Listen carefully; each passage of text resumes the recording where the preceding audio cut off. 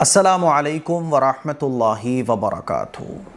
آج کی ویڈیو بہت امپورٹنٹ ہے کیونکہ آج 15-20 منٹ کے اندر آپ لوگ جانیں گے ہمارے آقا محمد مصطفیٰ احمد مجتبیٰ سرکار دو عالم صلی اللہ علیہ وسلم کے بچپن کے بارے میں کہ حضور جب پیدا نہیں ہوئے تھے تو کیا عجیب و غریب واقعات پیش آنا شروع ہو گئے تھے حضرت آمنہ کے ساتھ، اور جب حضور پیدا ہوئے تو کیا کیا واقعات پیش آئے، حضور کا بچپن کیسا تھا، حضور کے پورے بچپن سے لے کر نبوت ملنے تک 40 سالہ زندگی کا خلاصہ میں آپ لوگوں کے سامنے 15-20 منٹ کے اندر رکھنے کی کوشش کروں گا۔ یہ ویڈیو نہیں ہے بلکہ 15-20 منٹ کا ہمارا ایک میلاد کا سیشن سمجھ لیجئے آپ۔ میلاد مطلب اللہ کے نبی صلی اللہ علیہ وسلم کی پیدائش کے واقعات، اسی لیے آخر تک سنیے گا، یاد کریے گا، اور اگر ہو سکے تو اپنے گھر میں اپنے بچوں کو بھی بتائیے گا کہ ہمارے آقا صلی اللہ علیہ وسلم کا بچپن کیسا تھا اور ہمارے حضور اس دنیا میں کیسے تشریف لائے۔ آپ لوگ یہ بات جانتے ہیں کہ ہمارے آقا کو اللہ تبارک و تعالیٰ نے رحمت للعالمین بنایا، وما ارسلناک الا رحمت للعالمین۔ اللہ نے حضور اکرم صلی اللہ علیہ وسلم کو، آخری پیغمبر کو، دنیا جہاں کے لیے رحمت للعالمین بنا کر بھیجا۔ ہمارے آقا ابھی اس دنیا میں تشریف نہیں لائے تھے، یتیم ہو گئے۔ حضور علیہ السلام کے والد محترم حضرت عبداللہ، جن کی عمر 25 سال تھی جب ان کا انتقال ہوا، ایک تجارت کی غرض سے ملک شام تشریف لے گئے تھے اور وہیں پر بیمار ہو گئے اور وہیں پر ان کا انتقال ہو گیا۔ حضرت آمنہ، جن کی ابھی شادی کے بعد ہاتھوں کی مہندی بھی نہیں چھوٹی ہوگی، 18 سال کی عمر ہے، شادی کے تقریباً 3-4 مہینے کے بعد ہی حضرت عبداللہ چلے گئے تھے سفر کے لیے تجارت کی غرض سے۔ حضرت آمنہ بیوہ ہو گئیں۔ حضور اکرم صلی اللہ علیہ وسلم ابھی ماں کے پیٹ میں ہی تھے۔ حضرت آمنہ عجیب و غریب چیزوں کو محسوس کرنے لگی تھیں۔ ان کے اندر سے ایک عجیب و غریب خوشبو پھوٹا کرتی تھی، ایسی خوشبو، وہ خوشبو بڑے بڑے راجاؤں کو، مہاراجاؤں کو ملتی تھی، وہ بھی نہ کے برابر۔ بڑے بڑے شاہی لوگوں کو ایسی خوشبو میسر ہوا کرتی تھی۔ تو اب جب بیوہ ہو گئی نا، تو بیوہ کوئی جب عورت ہو جاتی ہے تو عدت کرتی ہے، تو حضرت آمنہ عدت میں تھیں، ضرورت پر کبھی گھر سے باہر جانا ہوتا تھا تو ایسی خوشبو کہ عورتیں باتیں بنانے لگیں، عورتیں کہنے لگیں کہ دیکھو یہ آمنہ کو ابھی شوہر کا انتقال ہوا ہے اور ایسی شاندار خوشبو لگا کے نکلتی ہے کہ چلی جاتی ہے تب بھی خوشبو گھر میں آتی رہتی ہے، گلی میں آتی رہتی ہے، جہاں بیٹھ جائے ایسی خوشبو آتی ہے۔ بتائیے، شوہر کا انتقال ہوا ہے اور یہ ایسی خوشبو لگا رہی ہے۔ یہ خبر خواجہ عبد المطلب کے پاس بھی پہنچ گئی۔ انہوں نے اپنی بہو کو بلایا اور کہا کہ بیٹی ابھی دیکھو عبداللہ کا انتقال ہوا ہے اور لوگ باتیں بنا رہے ہیں کہ تم خوشبو لگا رہی ہو کیا تم؟ تو حضرت آمنہ کہنے لگیں، ابا جان میں کوئی خوشبو نہیں لگا رہی ہوں، میں خود حیران ہوں کہ جب سے میں امید سے ہوئی ہوں نا، تب سے میرے اندر سے عجیب و غریب خوشبو پھوٹتی ہے۔ میں خود حیران ہوں، ایسی خوشبو کہ جہاں میں جاتی ہوں وہ جگہ معطر ہو جاتی ہے، جہاں میں بیٹھتی ہوں وہ جگہ مہک جاتی ہے، ایسی بہترین خوشبو آتی ہے، میں خود حیران ہوں۔ جب سے یہ بچہ میرے پیٹ میں آیا ہے نا، تب سے یہ سب کچھ ہو رہا ہے۔ ضرور یہ کوئی بڑی شخصیت ہے، ضرور اللہ تبارک و تعالیٰ کی طرف سے کچھ عجیب ہونے والا ہے۔ اور بتاؤں میں ابا جان، یہ خوشبو تو کچھ بھی نہیں ہے۔ میں جب کنویں پر پانی لینے کے لیے جاتی ہوں نا، تو جب میں کنویں کے پاس کھڑی ہوتی ہوں تو پانی کنویں میں سے خود بخود اوپر آ جاتا ہے، مجھے ڈول نہیں ڈالنا پڑتا، ڈول ڈال کے کھینچنا نہیں پڑتا، محنت نہیں کرنی پڑتی ہے۔ اور میرے جو ساتھ جو عورتیں لڑ جاتی ہیں نا، لڑکیاں وغیرہ، وہ بھی کہتی ہیں کہ آمنہ تھوڑی دیر تم کھڑی رہو نا، پانی اوپر رہے گا، تم کھڑی رہو گی، ہم آسانی کے ساتھ پانی نکال لیں گے۔ یہ ہمارے آقا کی شان تھی، اور یہ کوئی قصے کہانیاں نہیں ہیں، یہ ٹرو اسٹوری ہے، سچے واقعات ہیں۔ حضرت آمنہ کہتی ہیں کہ ابا جان اور بتاؤں، میں جب دھوپ میں چلتی ہوں نا تو میرے اوپر ایک سایہ کیے رہتا ہے، بادل ہمیشہ میرے ساتھ رہتا ہے، سایہ کیے رہتا ہے۔ اور جب میں رات میں اگر کہیں آنگن وغیرہ میں بیٹھی ہوں نا، تو ایسا لگتا ہے جیسے چاند اور ستارے جھکے جا رہے ہوں۔ تو یہ سب کچھ عجیب و غریب واقعات تو میرے ساتھ ہو رہے ہیں، یہ کوئی معمولی بچہ نہیں ہے بلکہ یہ کوئی نہ کوئی بڑی شخصیت ہے اور اللہ تبارک و تعالیٰ کی طرف سے کچھ نہ کچھ بڑا ہونے والا ہے۔ یہ وہ واقعات ہیں جو حضور علیہ الصلوۃ والسلام کی پیدائش سے پہلے ہی ہونا شروع ہو گئے تھے۔ اور جب حضور اکرم صلی اللہ علیہ وسلم پیدا ہوئے تو حضور یتیم پیدا ہوئے، حضور کے والد تو تھے نہیں، اور حضور جس سال پیدا ہوئے اس سال ایک عجیب و غریب قدرت کا نظارہ اللہ تبارک و تعالیٰ کی طرف سے یہ بھی دیکھنے کو ملا کہ بیت اللہ کو ڈھانے کے لیے ابرہا ہاتھیوں کا جو لشکر لے کر آیا تھا نا، اس پر اللہ تبارک و تعالیٰ نے ابابیل کے پرندوں کے ذریعے حملہ کروایا اور وہ ہلاک ہو گیا۔ یہ حضور کی برکت تھی۔ حضور اکرم صلی اللہ علیہ وسلم 12 ربیع الاول 22 اپریل 571 سن 571 میں پیدا ہوئے، عام الفیل کے سال، یعنی جس سال یہ ابرہا کا واقعہ پیش آیا اسی سال حضور علیہ الصلوۃ والسلام پیدا ہوئے۔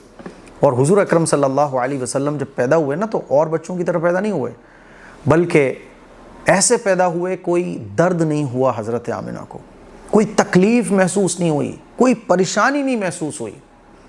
اور بچے پیدا ہوتے ہیں تو عام طور پر خون بدبودار چیزیں ماں کے پیٹ میں سے نکلتی ہیں۔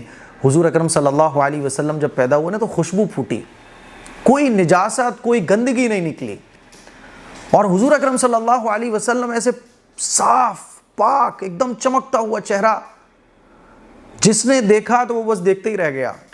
اور حضور اکرم صلی اللہ علیہ وسلم جب پیدا ہوئے نا تو پیدا ہوتے ہی حضور نے سب سے پہلے سجدہ کیا۔ جتنی عورتیں موجود تھیں سب کہنے لگیں سبحان اللہ، اتنا خوبصورت بچہ۔ عربوں کے بچے ویسے ہی بہت خوبصورت ہوتے ہیں، اور عربوں کا تقریباً ہر بچہ بڑا خوبصورت ہے، لیکن حضور اکرم صلی اللہ علیہ وسلم کو دیکھ کر سب لوگ کہنے لگے کہ کیا بچہ ہے، چاند سا، ایسا بچہ تو ہم نے اپنی ساری زندگی میں نہیں دیکھا۔ جس وقت حضور اکرم صلی اللہ علیہ وسلم کی پیدائش ہوئی نا تو اس وقت حضور کے جو دادا تھے خواجہ عبد المطلب، وہ خانہ کعبہ کا طواف کر رہے تھے۔ خبر ملی تو دوڑتے ہوئے آئے اور حضور کو اپنی گود میں اٹھایا، دیکھا اور دیکھتے ہی کہنے لگا ارے اتنا خوبصورت بچہ، اتنا خوبصورت بچہ تو عام طور پر نہیں ہوتا۔ دوڑتے ہوئے خانہ کعبہ لے گئے، اور خانہ کعبہ جب لے گئے نا تو جتنے لوگ ملے سب تعریف کر رہے ہیں، کہہ رہے ہیں کہ ایسا بچہ تو ہم نے اپنی ساری زندگی میں نہیں دیکھا۔ جو دیکھ رہا ہے وہ دیکھتے ہی رہ جا رہا ہے کہ یہ بچہ اتنا خوبصورت کیسے ہے، دیکھتے ہی رہ جا رہا ہے۔ تو خواجہ عبد المطلب بہت خوش ہو رہے ہیں، بہت خوش ہو رہے ہیں۔ خانہ کعبہ کا طواف کرتے ہوئے واپس آئے، لے کر گئے اور اللہ سے دعائیں مانگی بہت ساری۔ اور جب لوگوں نے اتنی تعریف کی نا تو اللہ نے ان کے دل میں ڈالا، اور اس وقت خواجہ عبد المطلب حضور کے دادا نے حضور اکرم صلی اللہ علیہ وسلم کا نام رکھا محمد۔ محمد کا مطلب کہ ایسا جس کی تعریف اتنی کی جائے کہ اس کے برابر کوئی تعریف کے لائق ہی نہ ہو، جس کو اتنی محبت کی جائے کہ اس سے محبت کر کے دل ہی نہ بھرے، محمد ہے نا۔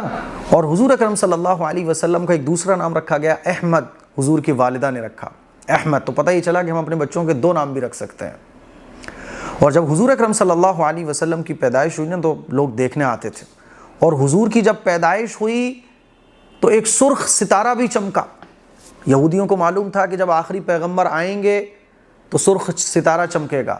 مدینے میں یہودی علماء رہتے تھے، انہوں نے کہا کہ ضرور کچھ بڑا آج ہوا ہے، آخری پیغمبر ضرور آج کے دن پیدا ہو چکے ہیں، پتہ کرو کہ کس کس کے ہاں بچہ پیدا ہوا ہے۔ یہودی تلاش میں لگ گئے، سمجھ رہے ہیں۔ جب حضور اس دنیا میں تشریف لائے تو آگ کی پوجا کرنے والے جو لوگ تھے نا، فارسی لوگ، فارس میں، ان کا سالوں سے جلنے والا آتش کدہ جو ہزاروں سالوں سے جل رہا تھا بجھ گیا۔ وہ کسرا کے 14 کنگرے گر گئے۔ بڑے بڑے بادشاہوں کے سامنے وہ منظر دیکھنے کو ملے کہ وہ حیران ہو گئے کہ آخر اچانک ہوا کیا ہے۔ جو چیزیں سالوں سے اسٹیبلش تھی ہماری، سالوں سے یہ آگ کا ہمارا آتش کدہ جل رہا تھا، یہ کیا ہو رہا ہے؟ اچانک سے یہ سب کچھ کیسے ہلنے سے لگا؟ تو نجومیوں نے بتایا کہ اب بہت جلد تم لوگوں کی حکومتیں ختم ہونے والی ہیں۔ سمجھ رہے ہیں؟ حضور اکرم صلی اللہ علیہ وسلم کی یہ شان تھی۔ حضور اکرم صلی اللہ علیہ وسلم کے دادا نے 7ویں دن حضور اکرم صلی اللہ علیہ وسلم کا عقیقہ کیا اور آپ کا نام رکھا محمد۔ حضرت آمنہ نے، حضور کی والدہ نے آپ کا نام رکھا محمد۔ عرب میں رواج تھا کہ جب بچے ہوتے تھے تو شہر کے بچوں کو گاؤں کی عورتیں دودھ پلانے کے لیے اپنے ساتھ لے جاتی تھی اور وہیں پر ان کی پرورش ہوتی تھی تاکہ اچھا ماحول ان کو ملے، ان کی پرورش اچھی ہو۔ تو قبیلہ سعد کی خواتین جو ہے نا آئیں، جس میں حضرت حلیمہ سعدیہ رضی اللہ عنہا، وہ بھی طائف سے اور دوسری عورتوں کے ساتھ مکے تشریف لائیں۔ اور کمال کی بات آپ یہ دیکھیے کہ حضور اکرم صلی اللہ علیہ وسلم چونکہ یتیم تھے، عورتوں کو پتہ چل گیا تھا کہ محمد یتیم ہے، تو عورتوں نے دودھ پلانے کے لیے اور بچوں کو چن لیا، کسی نے کسی کے بچے کو لے لیا، کسی نے کسی کے بچے کو لے لیا۔ محمد صلی اللہ علیہ وسلم کو کوئی لینے کے لیے تیار نہیں تھا، کیونکہ آپ یتیم تھے، یتیم بچے کے گھر سے پھر سیلری کم ملے گی نا، تنخواہ کم ملے گی۔ طائف کا جو علاقہ تھا وہاں پر سوکھا پڑا ہوا تھا، تو وہ جو عورتیں بچوں کو لینے مکے آئی تھیں نا، تو وہ بھی پریشان تھیں، ان کی سواریاں بھی دانہ پانی نہ ملنے کی وجہ سے سوکھ رہی تھیں، بکریاں دودھ نہیں دے رہی تھیں، وہاں ہریالی نہیں تھی۔ تو سب نے ایک ایک بچہ لے لیا، حلیمہ سعدیہ کو کوئی بچہ نہیں مل پایا۔ تو دائی حلیمہ کہتی ہیں کہ جب کوئی بچہ مجھے نہیں ملا تو میں نے سوچا کہ مجھے لوگوں نے بتایا کہ خواجہ عبد المطلب کے پوتے ہیں محمد، ان کو ابھی کسی نے نہیں لیا، لے لو، لیکن ان کے باپ نہیں ہے۔ تو میرے دل میں یہ خیال آیا کہ جس بچے کا باپ نہیں ہے تو پھر سیلری تنخواہ ونخواہ تو کم ملے گی، لیکن میں نے سوچا کہ خالی ہاتھ واپس جاؤں اس سے تو بہتر ہی ہے کہ میں بچوں کو لے کے جاؤں، چلو دیکھتے ہیں چل کے۔ حلیمہ سعدیہ جب آئی ہیں نا تو حضور اکرم صلی اللہ علیہ وسلم کے اوپر کپڑا پڑا ہوا تھا، تو بچے کا چہرہ دکھایا گیا۔ حلیمہ سعدیہ کہتی ہیں کہ جب میں نے محمد صلی اللہ علیہ وسلم کا چہرہ مبارک دیکھا نا تو ایسی مسکراہٹ، ایسا خوبصورت چہرہ، بس کیا کہنے، بچے کی مسکراہٹ پر میں فدا ہو گئی۔ محمد صلی اللہ علیہ وسلم مسکرا رہے تھے، چاند سا مکھڑا دیکھ کر میں تو اپنا دل دے بیٹھی۔ میں نے کہا اب سیلری ملے نہ ملے، میں تو اس بچے کی مسکراہٹ کے ذریعے ہی اپنی ساری زندگی گزار لوں گی، اور میں نے ارادہ کر لیا کہ میں محمد کو اپنے ساتھ لے کر جاؤں گی۔ اللہ تبارک و تعالیٰ ایسے جب چمکاتے ہیں نا تقدیر کو، قسمت کو، تو ایسے چمکتی ہے۔ حلیمہ سعدیہ نے سوچا بھی نہیں ہوگا کہ ان کی گود میں کون جا رہا ہے۔ اللہ تبارک و تعالیٰ نے اس طرح سے حلیمہ سعدیہ رضی اللہ عنہا کا قسمت کا ستارہ چمکایا۔ تو میرے عزیز بھائیوں، بعض دفعہ ہمیں لگتا ہے کہ یار یہ کیا ہو رہا ہے، جب ہم دین پر عمل کرتے ہیں تو لگتا ہے کہ یار بہت ساری چیزیں چھوٹ رہی ہیں۔ جیسے حلیمہ سعدیہ کو لگا کہ ارے یتیم بچہ ہے، سیلری تو ملے گی نہیں، لیکن پتہ نہیں تھا کہ ساری کائنات آپ کی گود میں آ گئی۔ لے کے چلی، جب لے کے چلی ہے نا تو جس سواری پر وہ آئی تھیں وہ سواری ٹھیک سے چل بھی نہیں پا رہی تھی، پیچھے رہ جاتی تھی۔ جو ان کی فرینڈز تھیں، جو اور خواتین تھیں، وہ کہتی تھیں سعدیہ، حلیمہ سعدیہ تمہارا تو انتظار دیکھ دیکھ کے تھک گئے، کیونکہ سب کی سواریاں آگے نکل جاتی تھیں، ان کی سواری پیچھے رہ جاتی تھی، یہ تو دھیرے دھیرے کر کے آ رہی ہوتی تھی۔ اب جب سواری پر یہ سوار ہوئیں اور سواری کو چلانا شروع کرا ہے نا تو سب سے تیز رفتار سواری حلیمہ سعدیہ کی تھی۔ اب تمام فرینڈز، تمام عورتیں جو آئی تھیں ساتھ میں، وہ کہہ رہی ہیں ارے حلیمہ سعدیہ کی سواری کو کیا ہوا، پہلے تو یہ ہم ان کا ویٹ کر رہے تھے، اب تو یہ اتنی تیز رفتار میں بھاگی چلی جا رہی ہیں۔ تو سہیلیوں نے کہا کہ حلیمہ کیا بات ہے، سواری بدل لی کیا؟ تو حلیمہ سعدیہ کہنے لگی سواری نہیں بدلی ہے، سوار بدل گیا ہے۔ یہ جو محمد کو لے کے آئی ہوں نا میں، یہ کوئی معمولی بچہ نہیں ہے، یہ کوئی معمولی بچہ نہیں ہے۔ کہیں پڑاؤ ڈالا، خیمہ لگا تو کیا دیکھ رہی ہیں تمام لوگ، کیا دیکھ رہے ہیں تمام لوگ کہ خیموں کے اندر روشنی، حلیمہ سعدیہ رضی اللہ عنہا کے خیمے میں روشنی روشنی، ایسا لگ رہا ہے جیسے چاند ان کے خیمے میں آ گیا ہو۔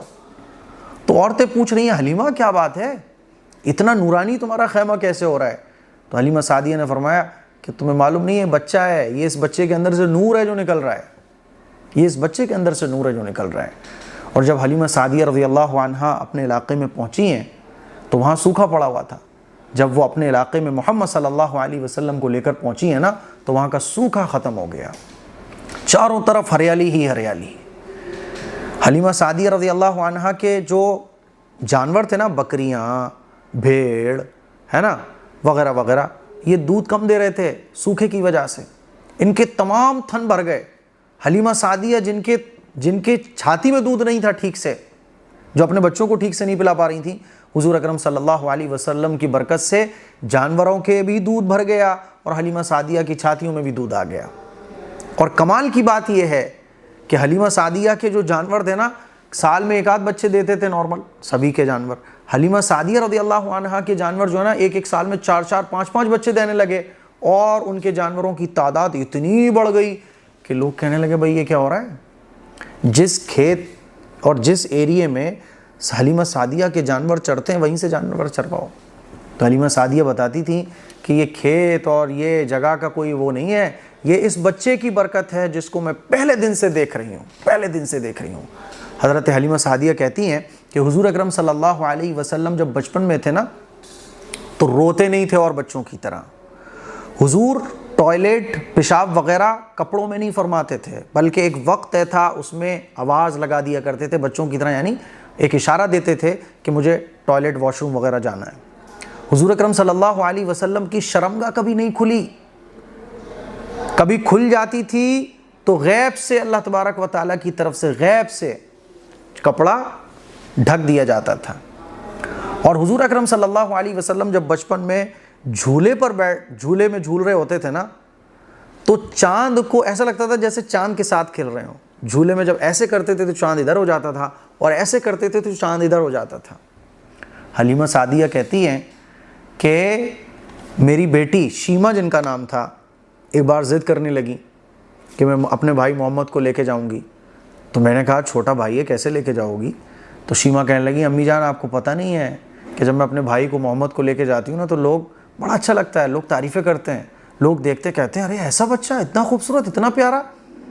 اور کمال کی بات یہ ہے کہ جب میں اپنے بھائی محمد کو لے کے جاتی ہوں نا تو بکریاں جلدی جلدی چر کے واپس آ جاتی ہیں، اور بھائی کے ارد گرد راؤنڈ بنا کے پورا سرکل لگا کے کھڑی ہو جاتی ہیں، اور ساری بکریاں میرے بھائی محمد کو دیکھ رہی ہوتی ہیں، اور میں بھی اپنے بھائی محمد کو دیکھ رہی ہوتی ہوں۔ بڑا مزہ آتا ہے، بکریاں ادھر ادھر نہیں بھاگتی، جلدی سے چر کے واپس آ جاتی ہیں۔ یہ حضور کی شان تھی میرے عزیز بھائیوں۔ سمجھ رہی کچھ واقعات تھے جو میں نے آپ لوگوں کے سامنے رکھے ہیں۔ 4 سال حضور اکرم صلی اللہ علیہ وسلم نے حلیمہ سعدیہ کے یہاں رہے، ان کی پرورش میں رہے، وہاں دودھ پیا، اور ولادت کے چوتھے سال شق صدر کا پہلا واقعہ پیش آیا۔ حضور اکرم صلی اللہ علیہ وسلم ایک مرتبہ حلیمہ سعدیہ کے گھر سے باہر اپنی بہن کے ساتھ، شیمہ تھی نا، ان کے ساتھ گئے ہوئے تھے بکریاں وغیرہ چرانے کے لیے جو ان کی بہن جاتی تھیں۔ تو قبیلہ بنو سعد کے محلے میں یہ پہلا واقعہ پیش آیا شق صدر کا۔ حضرت جبریل علیہ السلام آئے اور حضور اکرم صلی اللہ علیہ وسلم کے پیٹ کو چاک کیا، دل کو نکالا، دل کو نکالنے کے بعد اس کے اندر سے خون کا لوتھڑا باہر نکال دیا کہ یہ شیطان ہے، اور ایک سونے کے تشت میں آب زمزم سے دل کو دھویا اور دوبارہ سے فٹ کر دیا اور ٹانکے لگا دیے۔ یہ واقعہ بچوں نے دیکھ لیا، دوڑتے ہوئے آئے اور حلیمہ سعدیہ کو بتایا کہ محمد کے جو ہے نا ایسے ایسے ہو گیا ہے۔ تو حلیمہ سعدیہ گھبرا گئیں، حضور اکرم صلی اللہ علیہ وسلم کو سینے سے لگایا۔ اس وقت حضور اکرم صلی اللہ علیہ وسلم بہت ڈرے ہوئے تھے۔ یہ ولادت کے چوتھے سال واقعہ پیش آیا، اور حلیمہ سعدیہ نے جب یہ واقعہ سنا اور بچوں سے پوری بات جانی تو ڈر کی وجہ سے کہ کہیں ایسا نہ ہو کچھ ہو جائے، اتنا خوبصورت اور پیارا بچہ ہے، واپس مکے آئیں اور حضرت آمنہ کے حوالے کر دیا کہ آپ اپنے بچے کو رکھیے۔ ولادت کے 6 سال حضرت آمنہ نے یہ ارادہ کیا کہ مدینہ کے اندر جو حضرت آمنہ کے رشتہ دار ہیں ان رشتہ داروں سے ملاقات کی جائے اور اپنے شوہر کی قبر پر جایا جائے، اور اس کے لیے انہوں نے سفر کیا ولادت کے 6 سال۔ تو آپ علیہ الصلوۃ والسلام نے اپنی والدہ ماجدہ حضرت آمنہ کے ساتھ مدینہ کا پہلا سفر ولادت کے 6 سال کیا۔ مدینہ سے واپسی پر مکے اور مدینہ کے درمیان ایک جگہ ہے مقام ابوا۔ مقام ابوا پر آپ صلی اللہ علیہ وسلم کی جو والدہ تھی وہ بیمار ہو گئیں اور ان کی وفات ہو گئی۔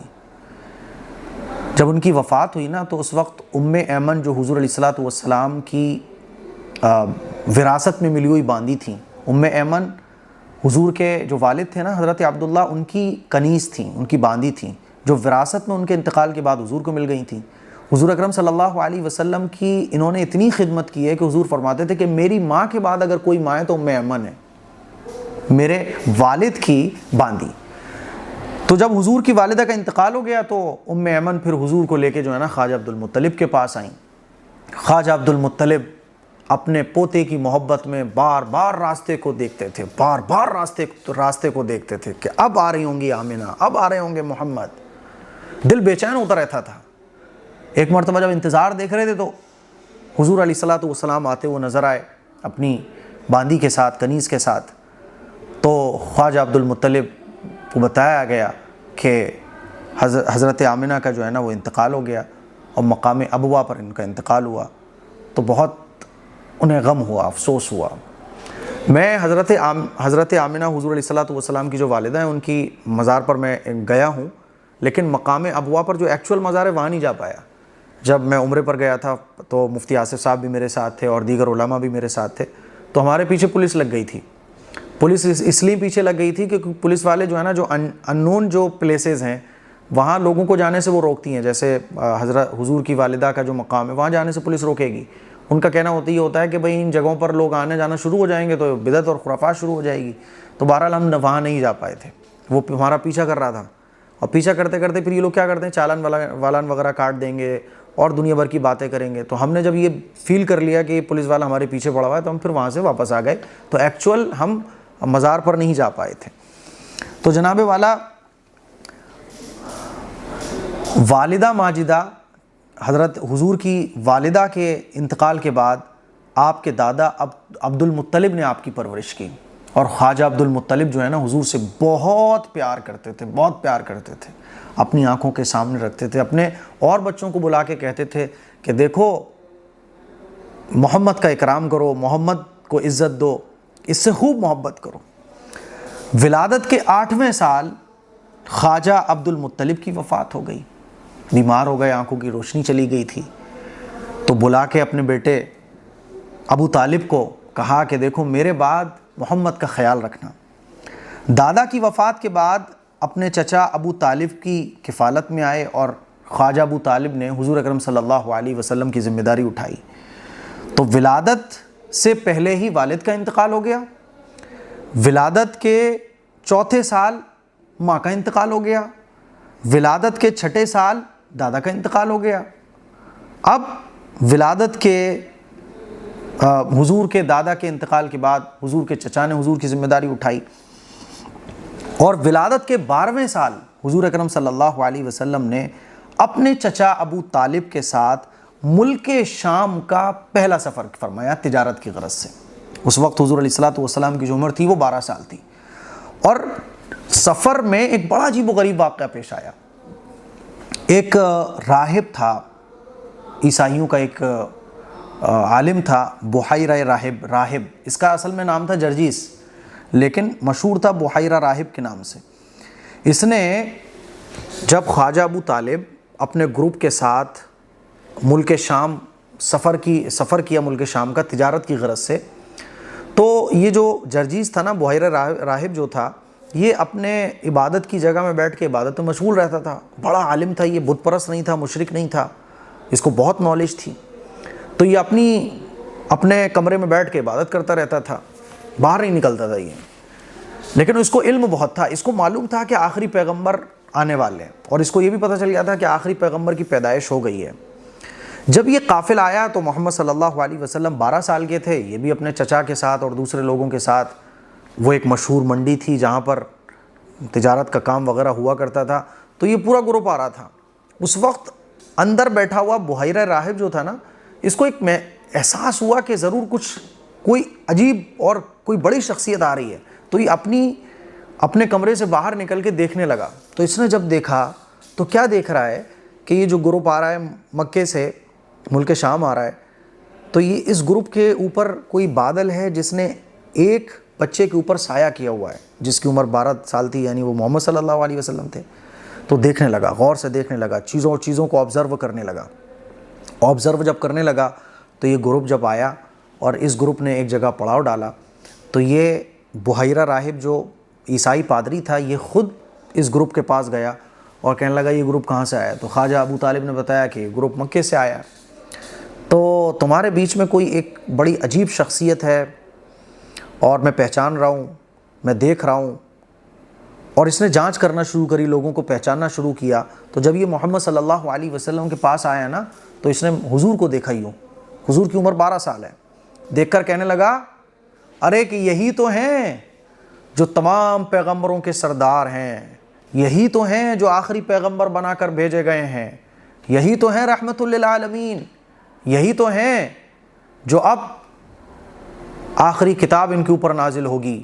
میں نے پہچان لیا. کہنے لگا کہ جب میں دیکھ رہا تھا نا تم لوگوں کو دور سے, تو میں دیکھ رہا تھا کہ اس بچے کے اوپر عجیب و غریب چیزیں ہو رہی ہیں, بادل اس کے اوپر چل رہا ہے. کیونکہ حضور جب چلا کرتے تھے نا تو ایک بادل سایہ کر دیا کرتا تھا, لوگوں کو محسوس بھی نہیں ہوتا تھا. اور میں دیکھ رہا تھا کہ یہ بچہ جہاں سے گزر رہا ہے تو چاروں طرف سے پیڑ پودے چرند پرند درخت سب سلام کر رہے ہیں, سب سجدہ کر رہے ہیں تعظیم میں. اور میں یہ بھی جانتا ہوں کہ ان کے پیچھے مہر نبوت ہے. اس نے یہ بھی بتا دیا. اور اس نے کھانا بنوایا, دعوت کی. تو حضور اکرم صلی اللہ علیہ وسلم اونٹ کو اور گھوڑے کو چرانے چلے گئے تھے, تو دعوت کی اس نے. تو وہ حضور تو تھے نہیں موجود دسترخوان پر, تو کہنے لگا کہ وہ بچہ کہاں ہے؟ تو خواجہ ابو طالب نے بتایا کہ وہ تو گئے ہوئے ہیں کہیں چرانے کے لیے جانوروں کو. تو انہوں نے بتایا کہ ان کو بلاؤ, انہی کی وجہ سے دعوت ہو رہی ہے, تم نے انہی کو نہیں بلایا. پھر حضور اکرم صلی اللہ علیہ وسلم آئے تو حضور کے ساتھ بحیرہ راہب بیٹھا, پیار کیا, حضور کو خوب دیکھا. اور پھر خواجہ ابو طالب سے کہتا ہے کہ دیکھو میں بہت کچھ دیکھ رہا ہوں جو تم نہیں سمجھ پا رہے ہو. یہ بچہ بہت بڑی شخصیت ہے, مجھے ڈر ہے کہ تم اگر آگے جاؤ گے تو یہودی اور عیسائی دوسرے لوگ کہیں اس بچے کی جان کے دشمن نہ بن جائے, اسی لیے تم واپس ہو جاؤ. تو خواجہ ابو طالب نے اس واقعے کے بعد حضور اکرم صلی اللہ علیہ وسلم کو واپس اپنے چند غلاموں کے ساتھ مکہ واپس بھیج دیا. تو یہ واقعہ ہے ولادت کے 12ویں سال پیش آیا تھا. سمجھ رہے ہیں؟ یہ بڑی نشانی تھی. جو لوگ کہتے ہیں نا کہ ارے بھیا کیسے مانا جائے, یہ واقعے ہیں, سچے واقعات ہیں تمام. ولادت کے 20ویں سال آپ صلی اللہ علیہ وسلم نے اپنے چچا کے ساتھ حرب فجار, ایک جنگ ہوئی تھی. عربوں کی جنگیں بڑی مشہور ہیں, آپ لوگ جانتے ہیں کہ عرب جب جنگ کرتے ہیں نا تو پھر خون کے پیاسے ہو جاتے ہیں, نسل در نسل وہ جنگیں چلتی رہتی ہیں. تو یہ ایک جنگ ہوئی تھی, اس میں آپ علیہ الصلوۃ والسلام نے شرکت فرمائی, کیونکہ یہ جنگ قریش کے اور دوسرے بنو قیس ایک قبیلہ ہے اور دیگر قبیلے ان کے بیچ میں تھی. تو حضور علیہ الصلوۃ والسلام نے شرکت تو فرمائی تھی, لیکن آپ نے قتال نہیں کیا تھا, جنگ نہیں کی تھی, کیونکہ یہ حرمت والے مہینوں میں جنگ ہوئی تھی. آپ علیہ الصلوۃ والسلام پسند نہیں فرماتے تھے لڑائی جھگڑے کو. اسی سال ولادت کے 20ویں سال حضور علیہ الصلوۃ والسلام نے اپنے چچاؤں کے ساتھ حرب فجار کے 4 ماہ بعد حلف الفضول میں شریک ہوئے. یعنی ایک معاہدہ ہوا تھا جس میں یہ تھا بھائی خواہ مخواہ کی جنگیں نہیں ہونا چاہیے, اور لڑائی جھگڑے اچھی چیز نہیں ہے, برائیاں اچھی چیز نہیں ہے. تو ایک معاہدہ ہوا تھا, اس کو آپ ایسے سمجھو ایزی. تو حضور علیہ الصلوۃ والسلام نے اس میں شرکت فرمائی تھی. سمجھ رہے ہیں؟ یہ 20ویں سال.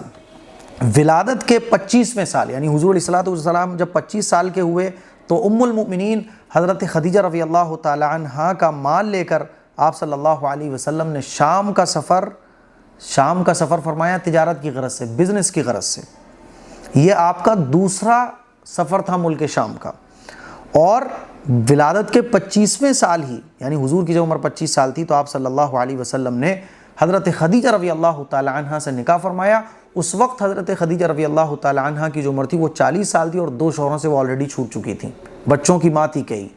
اور دنیا کو یہ پیغام دیا کہ دیکھو بیوہ سے نکاح کرنا بھی جائز ہے. حضور نے پہلا نکاح بیوہ سے کیا 25 سال کی عمر میں. جو لوگ حضور کے نکاحوں پر اعتراض کرتے ہیں نا کہ حضور نے اتنا نکاح کیے, ارے بھیا حضور نے پہلا نکاح 25 سال کی عمر میں, جب 25 سال کی عمر میں خواہشات کتنی زیادہ ہوتی ہیں انسان کے, حضور نے اس وقت 40 سال کی بیوہ عورت سے نکاح کیا ہے. یہ کوئی عظیم, دیکھو نا کیسی عظیم شخصیت ہے, کوئی کر کے دکھا دے گا آج کل کے ٹائم میں. اور پھر جناب والا ٹائم گزرتا رہا. ولادت کے 35ویں سال بیت اللہ کی تیسری تعمیر ہوئی. سیلاب وغیرہ کی وجہ سے بیت اللہ کی تعمیر متاثر ہو گئی تھی, تو بیت اللہ کی تیسری تعمیر ہوئی. جب تعمیر ہوئی تو حجر اسود کو رکھنے کا مسئلہ آیا. تو اس وقت قریش کے جو قبیلے تھے مکے کے اندر, ان کے بیچ میں جو ہے نا تنی ہو گئی کہ حجر اسود کو ہم رکھیں گے. ہر شخص یہ چاہ رہا تھا کہ ہم رکھیں گے. اس وقت حضور علیہ الصلوۃ والسلام نے ایک بڑا بہترین فیصلہ فرمایا. اچھا, پھر جب جنگ کی نوبت آ گئی تو آپس کے قبیلوں نے مشورہ کیا کہ کل کو حرم میں جو سب سے پہلے آئے گا وہ حجر اسود کو رکھے گا. حرم کے اندر جو سب سے پہلے آئے گا ہم اسی سے اپنا فیصلہ کروا لیں گے اور اس کا فیصلہ مان لیں گے. اگلے دن جب دیکھا تو حضور اکرم صلی اللہ علیہ وسلم حرم میں سب سے پہلے داخل ہو رہے ہیں، تو حضور نے کیا بہترین سمجھداری کے ساتھ فیصلہ کیا، ایک چادر منگائی اور اس چادر پہ حجر اسود کو رکھا اور تمام قبیلے والوں سے کہا کہ سب لوگ ایک ایک کونا پکڑ لیں، ایک ایک کونا پکڑ کے چلیں، تو سب کی اس میں شرکت ہو گئی اور چادر کو اٹھائیں۔ جب چادر کو اٹھایا تو حضور نے پھر حجر اسود کو پکڑ کے اپنی جگہ پر رکھ دیا، اور ایسے جو ہے نا پورا جھگڑا حل ہو گیا۔ اور حضور جب حرم میں داخل ہوئے تو سب نے پہلے ہی کہنے لگے تھے واہ ماشاءاللہ یہ تو امین ہیں، یہ تو صادق ہیں، کیونکہ حضور امین اور صادق کے نام سے مشہور تھے۔ ولادت کے 38ویں سال حضور علیہ الصلوۃ والسلام کی نبوت کا یہ ابتدائی مرحلہ تھا، ابتدائی ٹائم تھا، یعنی اسٹارٹنگ ٹائم تھا کہ حضور غار حرا میں جو ہے نا وہ بہت ٹائم اسپینڈ کیا کرتے تھے اور ہفتوں ہفتوں غار حرا میں رہتے تھے، وہیں پر اللہ کی یاد میں لگے رہتے تھے۔ تو 38ویں سال سے ہی نبوت کا آغاز ہو گیا تھا، غار حرا میں عبادت فرماتے تھے اور سچے خوابوں کے ذریعے حضور علیہ الصلوۃ والسلام کو بشارت ملنے لگی تھی۔ اور جناب والا پھر کیا ہوا کہ 40ویں سال حضور علیہ الصلوۃ والسلام کو نبوت ملی، نبوت ملنے کا اعلان ہوا اور پہلی وحی نازل ہوئی اقرأ بسم ربک الذی خلق، پہلی وحی نازل ہوئی۔ اور حضرت خدیجہ رضی اللہ تعالی عنہ پہلی وحی جب نازل ہوئی تو حضور گھبرائے ہوئے گھر پر تشریف لائے، اور حضرت خدیجہ رضی اللہ تعالی عنہ آپ کو ورقہ ابن نوفل کے پاس لے کر گئیں۔ ورقہ ابن نوفل نے نبوت کی خبر دی کہ یہ تو وہی فرشتہ ہے جو پہلے پیغمبروں کے پاس آیا ہے، اور مبارک ہو آپ تو نبی بنا دیے گئے۔ اس وقت آپ علیہ الصلوۃ والسلام کی جو عمر تھی وہ 40 سال تھی۔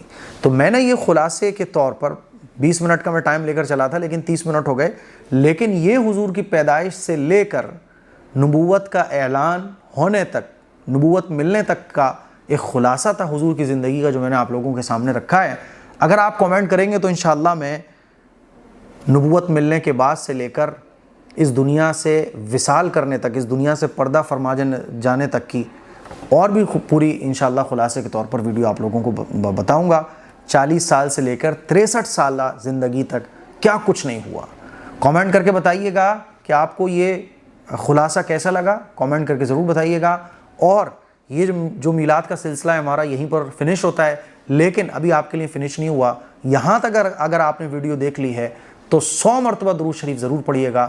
ویڈیو ختم ہو جانے کے بعد آپ صلی اللہ علیہ وسلم صلی اللہ علیہ وسلم صلی اللہ علیہ وسلم اس طرح سے 100 مرتبہ درود شریف پڑھیے اور کہیے ہاتھ اٹھا کے کہ اے اللہ یہ جو میں نے درود پڑھے ہیں یہ نذرانہ میرے حضور میرے آقا کی خدمت میں پہنچ جائے۔ فرشتے آپ کے 100 مرتبہ اس درود شریف پڑھنے کو حضور کی خدمت میں لے کے پہنچیں گے اور آپ کا نام لے کر کہیں گے یا رسول اللہ آپ کے فلاں امتی نے آپ کو یہ درود شریف کا تحفہ بھیجا ہے۔ ٹھیک ہے نا؟ دعاؤں میں یاد رکھیے گا۔ السلام علیکم ورحمۃ اللہ وبرکاتہ۔